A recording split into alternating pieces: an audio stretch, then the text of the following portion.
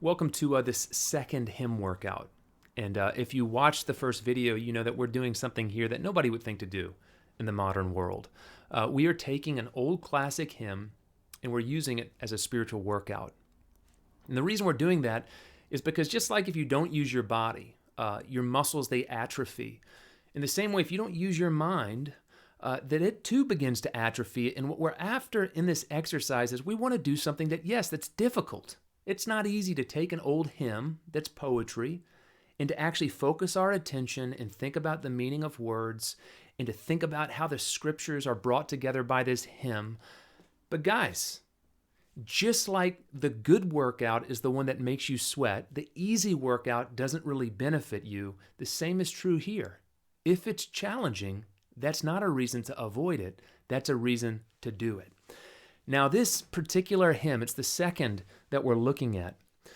Really what it brings into focus is what theologians would call the incomprehensibility of God.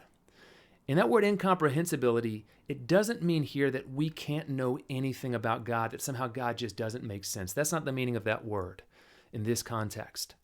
The meaning is rather that God is so much greater than what we can comprehend, that we just can't squeeze into the space of our head the truth, all of the truth about who He is. And it's important to realize this because when you have conversations with your non-Christian friends, very often they're going to say that they don't believe in God. And if you ask them what they mean by God, what you will typically find is that they will give you a small, narrow conception of God that when you hear it, you'll think to yourself, and you should tell them this, I don't believe in that God either. That's not the God that I worship. What this hymn is doing is it's reminding us that God, He's so much bigger and greater than even how we Christians think of Him. So what I'm going to do, I'm going to read through some of this hymn, and I just want you to be able to think about it with me so that you can go back to it later and use it for your own devotional life in the days ahead. Here's the first stanza. God is a name my soul adores, the Almighty Three, the Eternal One. Nature and grace with all their powers confess the infinite unknown. Those last two lines are worth thinking about. Nature and grace with all their powers. The picture here is that as creation, all of the beauty, all of the glory, all of the diversity of creation is trying to communicate something that it lacks the vocabulary to fully express.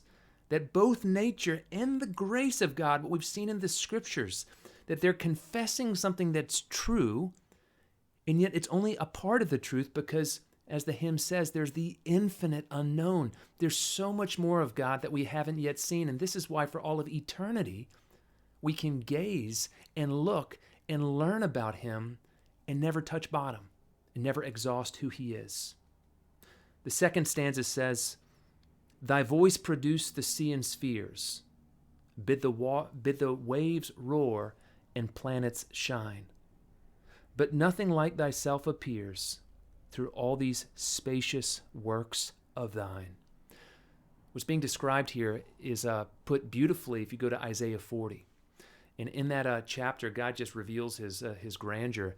He says, look, who holds the water in the hollow of His hands? Who measures heaven with a span and calculates the dust of the earth in the measure? Who measures the mountains in scales, the hills in the balance? And he goes on and he reaches the same point. He says, to whom will you compare God? To what likeness will you compare Him? And again, the picture here is we can find all kinds of things that are awesome and amazing in creation, but none of them are adequate to fully communicate who God is. Now, I'm going to skip down a couple of stanzas.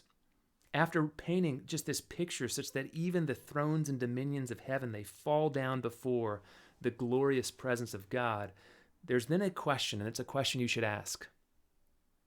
How shall affrighted mortals dare to sing Thy glory and Thy grace? Beneath Thy feet we lie so far, and see but shadows of Thy face. How shall affrighted mortals dare to sing Thy glory in thy grace. How often do you go into worship casually, thinking, I know this song, I can just kind of lisp the words silently to myself? Whereas this hymn reminds us that it's daring to even attempt to praise God, because the words that we use and the attitudes that we use, they don't measure up to the fullness of his being. And so how shall affrighted mortals, if you realize you're in the presence of an awesome God, like everybody who encounters God in the scriptures, they feel fear at the awesome presence of God. How shall affrighted mortals dare to sing thy glory and thy grace? Beneath thy feet we lie so far, and see but shadows of thy face. Picture where this hymn is positioning you. It's an amazing image. Beneath your feet we lie so far. You're gazing up. And God, he's so glorious. He's so transcendent. All you can see, it's like that Exodus 25 passage where, the Moses and the elders, they can just see the feet of God. We're beneath his feet and we can just see shadows of his face. The fullness of his presence is hidden from us. And then listen to this final stanza. This is where you just slow down with an exercise like this, and you just ponder and meditate on the meaning line by line. Who can behold this blazing light? Picture a light that actually makes the sun seem dim in trying to stare into such blazing light. Who can approach consuming flame? Imagine holiness, the heat of God's holiness that burns up anything of defilement. Actually trying to approach that kind of furnace of purity. And then these are the last two lines. None but thy wisdom knows thy might. Only God's wisdom understands just what his strength consists of. And here's the last line. None but thy word can speak thy name. Now that is such a profound line. A name is the identity of a person. And who can speak adequately the name of God? Who can truly communicate who God is in his essence and in his being? None but your word. And who is the word but Jesus? And so Jesus alone is the one that reveals the splendor of God to us. Guys, we all suffer from too little awe and wonder in our lives. And if you will take this hymn, and if you will meditate on it, what it will do is God will just get bigger and bigger and bigger in your mind.